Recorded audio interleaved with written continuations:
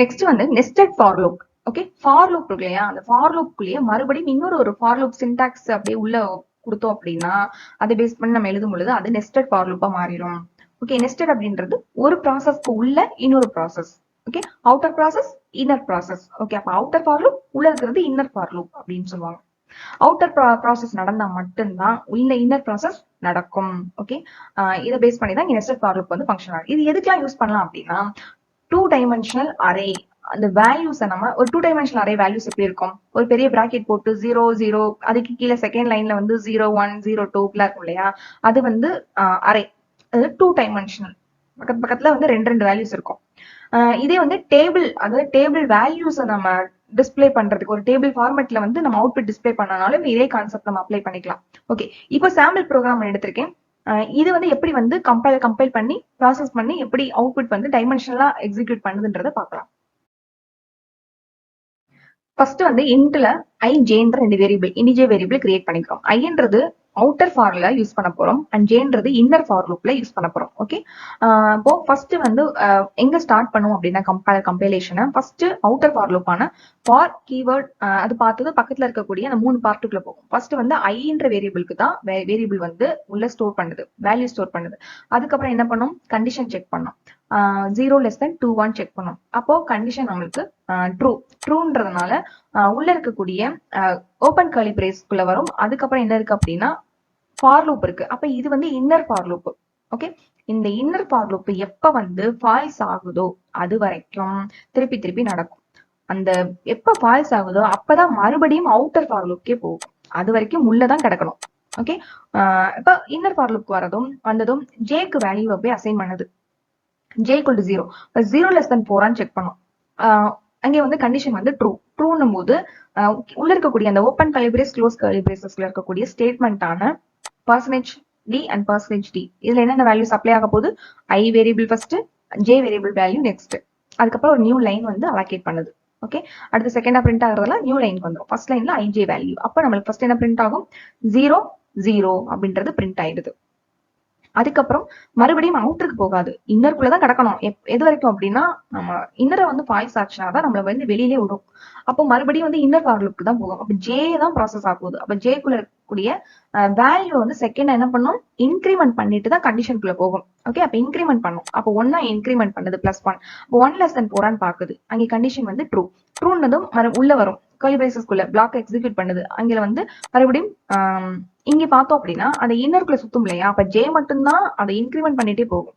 ஐன்றது ஸ்டார்டிங்ல என்ன இருந்துச்சு, ஆரம்பிக்கும் போது 0, அதேதான் ஃபுல்லா இருக்க போகுது. ஓகே, இந்த இன்னொரு ஃபால்ஸ் ஆகிற வரைக்கும் ஐயோட வேல்யூ எந்த மாற்றமும் கிடையாது, அப்படியேதான் நடக்க போகுது.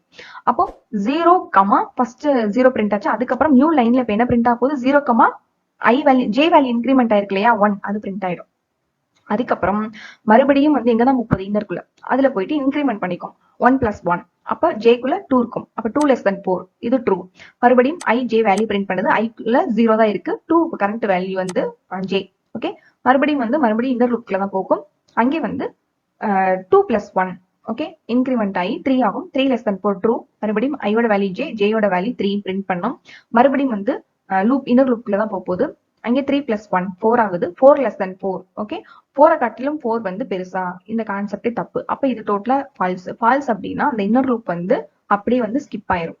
இப்பதான் ஸ்டாப் ஆகும். இன்னர் லூப் போட்டு நம்ம வெளியில போக அலோவ் பண்ணோம். அதுக்கப்புறம் எங்க வருது அப்படின்னா மறுபடியும் அவுட்டருக்கு போகும். அவுட்டர்ல எங்க இருக்கு, அவுட்டர் ஃபார் லூப் என்ன இருக்கு, ஐ என்ற வேரியபிள பேஸ் பண்ணி இருக்கு. அங்கே போகும். அங்கே போயிட்டு ஸ்டார்டிங்ல என்ன இருந்துச்சு, 0. மறுபடியும் வந்து ஆரம்பிக்கும் பொழுது செகண்ட் ஆரம்பிக்கும் போது தன்னை வேல்யூ இன்கிரிமெண்ட் பண்ணிட்டு தான் அது வந்து கண்டிஷனுக்குள்ளே போகும். அப்ப ஐ 0 வந்து +1 ஆகி 1 லெஸ் தென் 2 1 பார்ப்போம். ஓகே, அப்போ கண்டிஷன் ட்ரூனா மறுபடியும் உள்ள வரும், இன்னருக்குள்ள வருது. மறுபடியும் இன்னொரு லூப்ல ஸ்டார்ட் பண்ணும். இன்னர் லூப் ஸ்டார்ட் பண்ணும் பொழுது செகண்டா இன்னொரு லூப் ஸ்டார்ட் பண்ணுது இல்லையா, அங்க எப்ப வந்து உள்ள வருதோ, ஃப்ரெஷ்ஷா உள்ள வருதோ அப்ப எல்லாமே ஒரு வேரியபிள் வேல்யூ வந்து ஃபர்ஸ்ட் இனிஷியலைசேஷன் பண்ணிட்டு தான் ஸ்டார்ட் பண்ணும். ஓகே, ஃபார் லூப்ல வந்துட்டாலே ஃபர்ஸ்ட் இனிஷியலைசேஷன் தான் நடக்கும். ஏற்கனவே இருந்த வேல்யூ அதை பேஸ் பண்ணல நடக்காது. அப்போ ஃபார் லூப்ல இந்த ஃபார் லூப்ல வருதுன்னா ஃபர்ஸ்ட் ஜேக்குள்ள வேல்யூ 0 தான் அசைன் பண்ணும். ஜேக்குள்ள முன்ன என்ன வேல்யூ வேணா இருந்திருக்கலாம். ஆனா இப்போ கரண்டா என்னதான் நடக்கும், ஜேக்குள்ள 0 தான் வந்து அசைன் ஆகும். இப்போ ஜேல 0 கண்டிஷன் செக் பண்ணும், கண்டிஷன் ட்ரூ. ஸோ 1 கரண்டா ஐயோட வேல்யூ 1 அண்ட் கரண்டா ஜேயோட வேல்யூ 0. நெக்ஸ்ட் வந்து அதே மாதிரி இன்னருக்குள்ள தான் சுத்த போகுது கண்டிஷன் ஃபால்ஸ் ஆகிற வரைக்கும். ஸோ 0 + 1 ஆகும். ஜேயோட வேல்யூ 1 ஆகுது. So 1 less than 4 condition falls. So 1, 1 print ஆகுது. அதுக்கப்புறம் ஜே ஈக்குவல் டு +1 இன்க்ரிமெண்ட் பண்ணிக்குது. அப்ப 2 ஆகுது. less than 4 கண்டிஷன் செக் பண்ணுது. ட்ரூ. 1 2ன்னு சொல்லிட்டு பிரிண்ட் பண்ணுது. அதுக்கப்புறம் ஜே ஈக்குவல் டு 2 + 1 ஓகே 3 ஆகுது. 3 less than 4 ட்ரூ. அப்ப 1 3 பிரிண்ட் பண்ணுது. அதுக்கப்புறம் J equal to 3 + 1 4 less than 4 அங்கே கண்டிஷன் ஃபால்ஸ். கண்டிஷன் ஃபால்ஸ்னால இப்பதான் அந்த இன்னர் லூப் விட்டே நம்ம வெளியில போகவே அலோவ் பண்ணோம். மறுபடியும் எங்க போகும்? அவுட்டர் ஃபார்க்கு போய். ஏன்னா அவுட்டர் ஃபார் இன்னும் நம்மளுக்கு ஃபால்ஸ் ஆகல. அப்ப இது இன்னரை விட்டு வெளியில வரும்போது டிஃபால்ட் எங்க போயிரும் அப்படின்னா அவுட்டர் ஃபார்க்குள்ள தான் போகும். ஓகே அவுட்டர் ஃபார்க்குள்ள போயிட்டு அவுட்டர் ஃபார்ல வந்து இப்போ அந்த லூப் பார்த்தோம் அப்படின்னா அவுட்டர் ஃபார் லூப் எப்பவுமே முன்னாடி என்ன ஐக்குள்ள வேல்யூ இருக்கோ அந்த வேல்யூ பேஸ் பண்ணி தான் நடக்கும். ஏன்னா இன்னும் வந்து இந்த அவுட்டர் ப்ராசஸ் மட்டும் நம்மளுக்கு நடந்து முடியல. இன்னும் வந்து கண்டிஷன் ஃபால்ஸ்ன்ற அந்த ஸ்டேஜுக்கே நம்ம போகல. அதனால அது வந்து என்ன ஆயிட்டே இருக்கும் அப்படின்னா ஆல்ரெடி ஐக்குள்ள என்ன இருக்கோ அதை பேஸ் பண்ணி தான் ஒர்க் ஆயிட்டே இருக்கும். அப்போ செகண்ட் ஆரம்பிக்கும் போது 0 + 1 1 நம்ம ஸ்டார்ட் பண்ணோம். இப்ப தேர்ட் ஆரம்பிக்கும் போது 1 + 1 = 2. அப்ப 2 less than 2 செக் பண்ணோம். இங்க கண்டிஷன் ஃபால்ஸ். அப்ப அவுட்டர் ஃபார் ஃபால்ஸ். அதோட நம்மளுக்கு ஃபுல்லா வந்து இன்னர் ஃபார் லூப் எல்லாத்தையும் ஸ்கிப் பண்ணிட்டு அடுத்த ஸ்டேட்மெண்ட் எக்ஸ் ஆனா HCH ஃபங்க்ஷனுக்கு வந்துடும். அதோட ப்ரோக்ராம் வந்து ஸ்டாப். ஓகே இதுதான் வந்து நெஸ்டட் ஃபார் லூப் வந்து ஒர்க் ஆகக்கூடிய function. For loop for multiple test condition. So இதுக்கு முன்னாடி பார்த்த எக்ஸாம்பிள்ஸ்ல எல்லாம் சிங்கிள் டெஸ்ட் கண்டிஷன் தான் பார்த்தோம். ஓகே ஃபார் லூப்ல ஒரு இனிஷியலைசேஷன் ஒரு கண்டிஷன் செக் ஒரு இன்கிரிமெண்டோ இல்ல டிகிரிமெண்டோ மட்டும் பார்த்திருக்கோம். ஒரு வேரியபிள் ப்ராசஸ் தான் பார்த்திருக்கோம். இதே மல்டிபிள் வேரியபிள் யூஸ் பண்ணி நம்ம வேல்யூஸ் அசைன் பண்ணிக்கலாம். மல்டிபிள் வேரியபிள் அசைன் பண்ணிக்கலாம். மல்டிபிள் கண்டிஷன் வந்து ஒரே நேரத்துல செக் பண்ணிக்கலாம். மல்டிபிள் இன்கிரிமெண்ட் டிகிரிமெண்ட் வந்து வெவ்வேறு வேரியபிள்ஸ்க்கு வந்து நம்ம யூஸ் பண்ணிக்க முடியும். அதோட எக்ஸாம்பிள் பார்க்கலாம். ஃபர்ஸ்ட் வந்து இந்த ப்ரோக்ராம் வந்து 2 variable integer variable. So for லூப்ல இந்த ஐன்ற வேரியபிளுக்கு இனிஷியலைசேஷன் பார்ட் வந்து ஒரே பார்ட் தான். அந்த பார்ட்டுக்குள்ள 2 ப்ராசஸ் நடக்குது. அந்த 2 ப்ராசஸை நான் டிவைட் பண்றதுக்கு கமா யூஸ் பண்றோம். ஓகே நம்ம வந்து 3 பார்ட்டை டிவைட் பண்ண செமிகோலன் யூஸ் பண்றோம்.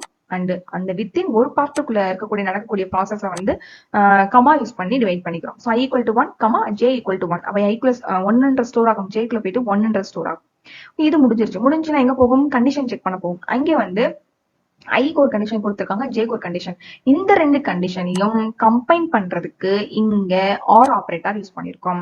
ஓகே அப்ப I less than 3 அப்போ 1 less than 3 செக் பண்ணோம். அதே மாதிரி J less than 5 அதாவது 1 less than 5 செக் பண்ணோம். அப்போ 1 less than 3ன்றது கண்டிஷன் ட்ரூ. இந்த J less than 5ன்றது கண்டிஷன் ட்ரூ. அப்ப ரெண்டுமே ட்ரூனா டோட்டலா வந்து ட்ரூவா எடுத்துக்கும். ஏன்னா ஆர்னா 1 ட்ரூனாலே ட்ரூவா எடுத்துக்கும். அப்ப 2 ட்ரூனா கண்டிப்பா ட்ரூ தான். அப்ப அது ட்ரூனா இன்கிரிமெண்ட் டிகிரிமெண்ட் ப்ராசஸ் போகாது. ட்ரூனா கீழே வரும். பிரிண்ட் பண்ணும். ஐயோட வேல்யூம் ஜேயோட வேல்யூம் பிரிண்ட் பண்ணிட்டு அதுக்கப்புறம் தான் எங்க போகும் அப்படின்னா மறுபடியும் ஃபர்ஸ்ட் பார்ட்டுக்கு போகாம தேர்ட் பார்ட்டுக்கு போகும். தேர்ட் பார்ட்ல ஐ வந்து தன்னோட வேல்யூ +1 இன்க்ரிமெண்ட் பண்ணும். ஜே வந்து தன்னோட வேல்யூ +1 இன்க்ரிமெண்ட் பண்ணிட்டு தான் செகண்ட் பார்ட்டான கண்டிஷன் செக்கிங் பார்ட்டுக்கு போகும். ஸோ கண்டிஷன் ட்ரூனா கீழே இருக்கக்கூடிய அந்த பிரிண்ட் ஃபங்க்ஷன் வந்து எக்ஸிக்யூட் ஆகும். இல்ல அந்த கண்டிஷன் அங்கேயே ஃபால்ஸ் அப்படின்னா அதோட ஃபுல்லா ஸ்கிப் பண்ணிட்டு ரிட்டன் 0ன்ற லைனுக்கு வந்துட்டு அதோட ப்ரோக்ராமை ஸ்டாப் பண்ணிடும். இதுதான் வந்து மல்டிபிள் டெஸ்ட் கண்டிஷன் எப்படி ப்ரோக்ராமை யூஸ் பண்றதுக்கான எக்ஸாம்பிள்.